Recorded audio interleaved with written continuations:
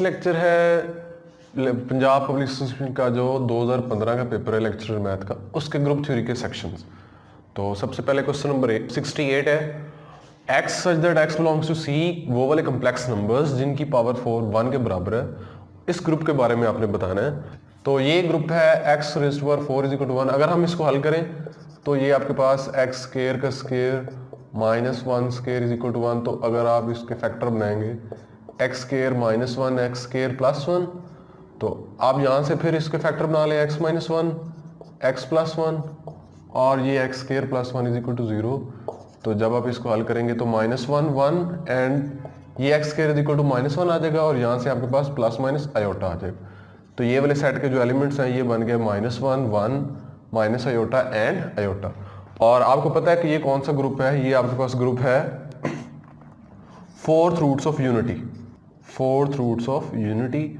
और हमें ये पता है कि ये साइक्लिक ग्रुप है और ये कम्प्लेक्स नंबर्स का जो सेट ऑफ कम्प्लेक्स नंबर है वो ग्रुप अंडर मल्टीप्लिकेशन है, तो ये उसका सब ग्रुप है। तो ये आपके पास ऑप्शन देखें कि कम्प्लेक्स नंबर्स में से जीरो को निकालना पड़ेगा, क्योंकि अगर जीरो इंक्लूड होगा तो वो अंडर मल्टीप्लिकेशन ग्रुप नहीं बनेगा, इस सेट का सब ग्रुप। अच्छा, तो अगर आप इसको देखें subgroup of C under addition, तो जो कम्प्लेक्स नंबर्स का सेट है वो अंडर एडिशन ग्रुप है, लेकिन ये वाला जो सेट है ये अंडर एडिशन ग्रुप नहीं बन सकता क्योंकि ये क्लोज्ड ही नहीं है। अगर आप ये देखें माइनस 1 प्लस 1 तो ये 0 आ जाएगा और 0 इस सेट में नहीं है, तो एस जो है वो अंडर एडिशन ग्रुप नहीं बन सकता। अगर ये देखें नॉन साइक्लिक ग्रुप, तो हमें पता है कि एस जो है फोर्थ रूट ऑफ यूनिटी, ये अंडर मल्टीप्लिकेशन साइक्लिक ग्रुप है। और subgroup of Q under addition, तो क्यू ये रैशनल नंबर्स है ही नहीं। ये देखें आपके पास दो नंबर्स ऐसे आ रहे हैं जो कि कम्प्लेक्स हैं, तो ये वाली ऑप्शन भी नहीं हो सकती, तो आपके ये ऑप्शन करेक्ट है। क्वेश्चन नंबर 69 है, वो कह रहा है R cube under backward product. तो ये आपके पास सेट है और ये उसका ऑपरेशन है। तो वो कह रहा है कि आपने बताना है क्या ये वाला सेट इस ऑपरेशन के तहत इनमें से कोई स्ट्रक्चर बनाता है। अब आर क्यूब क्या है, आर क्यूब में हमारे पास ऐसे एलिमेंट्स होते हैं 3D वेक्टर्स बेसिकली हैं, A1i B1j C1k, ये इस किस्म के वेक्टर्स होते हैं आर क्यूब में। तो और जो वेक्टर प्रोडक्ट है दो वेक्टर्स का वो डिफाइन होता है A cross B is equal to magnitude of A magnitude of B sine theta into n unit vector. और हमें पता है कि दो वेक्टर्स का जो क्रॉस प्रोडक्ट है, यहाँ पे हम 3D वेक्टर्स ले रहे हैं, तो 3D वेक्टर्स का जो क्रॉस प्रोडक्ट होगा उसका जो जवाब आएगा वो भी एक 3D वेक्टर ही आएगा अगेन। तो ये जो सेट आर क्यूब है, R cube is closed under vector product, R cube under vector product closed होगा। तो इसका मतलब है कि ये ग्रुप पॉइंट तो बन गया। अब देखते हैं सेमी ग्रुप की तरफ। अब सेमी ग्रुप के लिए क्या होता है कि एसोसिएटिव लॉ होल्ड करना चाहिए, लेकिन 3D वेक्टर्स में अंडर क्रॉस प्रोडक्ट जो है वो ये एसोसिएटिव लॉ होल्ड नहीं करता। A cross B cross C ये होल्ड नहीं करता, ये इक्वल नहीं होते। इसके हम काउंटर एग्जांपल देख लेते हैं। अगर आप वेक्टर A को I ले लें, वेक्टर B जो है उसको J ले लें और जो वेक्टर C है उसको भी आप J ले लें। अब A क्रॉस B फाइंड करें, I क्रॉस J, ये आपके पास K आ जाएगा। और अगेन इसका आप क्रॉस प्रोडक्ट लें C के साथ, A cross B cross C, तो ये आपके पास K क्रॉस J और ये क्या आ जाएगा आपके पास माइनस I। अगर आप इस साइड को देखें, B क्रॉस C निकालें, B आपके पास J है और C भी J है, तो J क्रॉस J आपके पास क्या आ जाएगा 0 वेक्टर। और अगर आप इसका इस A के साथ क्रॉस प्रोडक्ट लें, A आपके पास I है, I क्रॉस 0 वेक्टर, तो ये अगेन क्या आ जाएगा 0 वेक्टर। तो यहाँ पे देखें A cross B cross C जो है वो माइनस I के बराबर आ गया और इधर देखेंगे तो 0 वेक्टर आ गया। तो एसोसिएटिव लॉ होल्ड नहीं करता, तो ये सेमी ग्रुप नहीं बन सकता। अब अगर ये सेमी ग्रुप आर क्यूब नहीं बन सकता तो हम इसको मोनोइड के लिए चेक नहीं कर सकते और ना ही ग्रुप के लिए। तो ये आपकी ओनली ऑप्शन है, आर क्यूब जो है under vector product group point बनाता है। क्वेश्चन नंबर 70 है, an element X of a group G satisfying this equation X square is equal to X. तो आपको पता है ये डेफिनेशन है आइडेम्पोटेंट एलिमेंट्स की। आइडेम्पोटेंट एलिमेंट ये होता है X square is equal to x.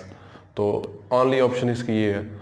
अगर देखें ये क्या होता है, इन्वोल्यूशन क्या होता है, इन्वोल्यूशन ग्रुप एलिमेंट्स होते हैं, इवन ऑर्डर के जो एलिमेंट्स हैं उनको इन्वोल्यूशन बोलते हैं। और ट्रांसपोजिशन जो है ये ग्रुप ऑफ परम्यूटेशंस भी होती हैं और साइकिल्स भी उनमें होते हैं। ट्रांसपोजिशन बेसिकली साइकिल्स ही हैं और ये ऐसे साइकिल्स होते हैं जिनकी लेंथ 2 होती है, लेकिन ये दोनों जो है ये परम्यूटेशंस ग्रुप में होते हैं। और जो यहाँ पे गिवन ग्रुप है वो आर्बिट्रेरी कोई भी ग्रुप हो सकता है।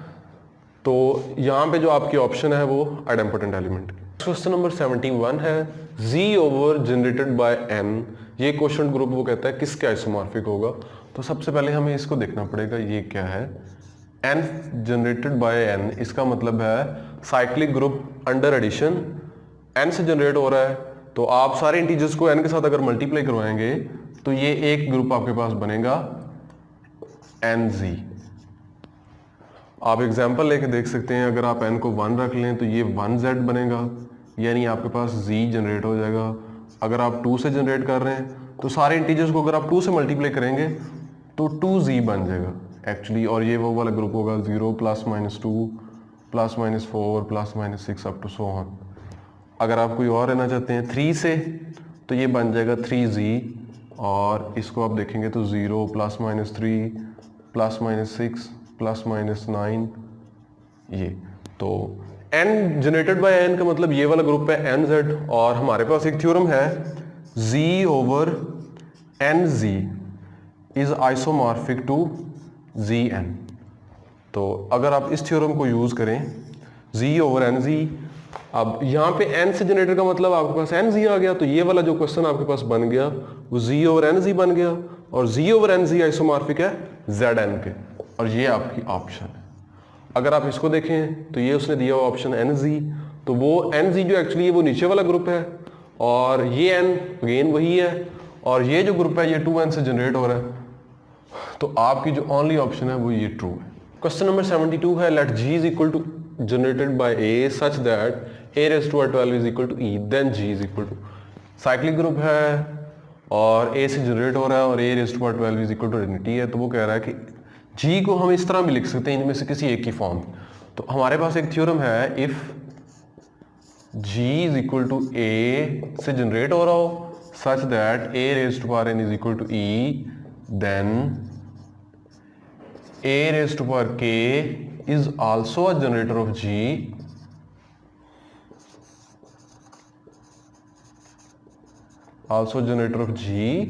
if N and K are relatively prime, यानी N और K का जो ग्रेटेस्ट कॉमन डिवाइजर हो वो क्या हो 1। तो आप ऑप्शंस में देखें, यहाँ पे है A5, यानी आपके पास K5 है। तो 5 और 12 इन दोनों को अगर आप कंपेयर करें 5 और 12 को, तो 5 और 12 को जो ग्रेटेस्ट कॉमन डिवाइजर है वो 1 है। और अगर आप इनको देख लें 6 और 12, तो इसका ग्रेटेस्ट कॉमन डिवाइजर 6 है। अगर आप 2 और 12 को देख लें तो इनका ग्रेटेस्ट कॉमन डिवाइजर 2 है। अगर आप 8 और 12 को देखते हैं तो इसका ग्रेटेस्ट कॉमन डिवाइजर 4 है। तो हमने थ्योरम की स्टेटमेंट के मुताबिक वो वाले देखने कि जो रिलेटिवली प्राइम हो, तो ये रिलेटिवली प्राइम ऑप्शन है आपके पास। तो 5 से भी ये वाला ग्रुप जनरेट हो सकता है A5 से, तो ये आपकी option correct option. Question number 73 है let G is equal to generated by B such that B17 is equal to identity, then G can be generated by. तो आपके पास साइक्लिक ग्रुप है जिसका ऑर्डर 17 है, G आपके पास ग्रुप है cyclic group under multiplication जिसका ऑर्डर 17 है, then G can be generated by. अब सबसे पहले इसको देखते हैं, वो कहता है एनी एलिमेंट ऑफ G। तो आइडेंटिटी भी इनमें एक है, तो आइडेंटिटी जो है वो किसी एलिमेंट को जनरेट नहीं करेगा सिवाय आइडेंटिटी के। तो आप आइडेंटिटी की जितनी मर्जी पावर्स ले लें, अगेन वो आइडेंटिटी ही आना है। So any element of G, यानी जो आइडेंटिटी है वो तो पूरे ग्रुप को जनरेट नहीं कर सकती। आप यहाँ पे देखें इसमें any non identity element of G, तो हम जो हमने पिछला क्वेश्चन किया है उसमें देखेंगे तो वहां पे जो ग्रुप था वो जनरेट हो रहा था A से, और A raise to power N हमने कहा वो आइडेंटिटी है। और फिर हमने कहा कि उसका कौन सा और जनरेटर हो सकता है, तो हमने कहा कि A K भी G का जनरेटर हो सकता है अगर K और N रिलेटिवली प्राइम हो। तो यहाँ पे आपके पास जो ग्रुप है G उसका ऑर्डर है 17, तो जो रिलेटिवली ये खुद प्राइम नंबर है, तो जितने भी नंबर्स हैं वो सारे इसके साथ रिलेटिवली प्राइम है।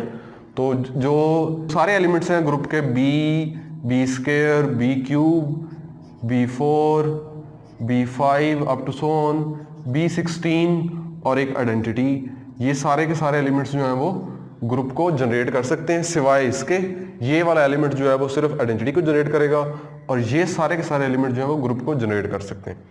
अगर आप इसको देखें बी एंड बी इनवर्स, तो ये सिर्फ दो जनरेटर्स की बात की हुई है, लेकिन अगर हम इसमें देखें तो नॉन आइडेंटिटी एलिमेंट्स जितने भी हैं वो सारे के सारे ग्रुप को जनरेट कर सकते हैं। तो ये बेटर ऑप्शन है, इससे बेहतरीन ऑप्शन है इस, क्योंकि ये सिर्फ दो एलिमेंट्स हैं, बाकी भी जनरेटर हैं इस ग्रुप के, और ये आइडेंटिटी है, तो आइडेंटिटी जो है वो सिर्फ आइडेंटिटी को जनरेट करेगी, बाकी एलिमेंट्स जनरेट नहीं होंगे।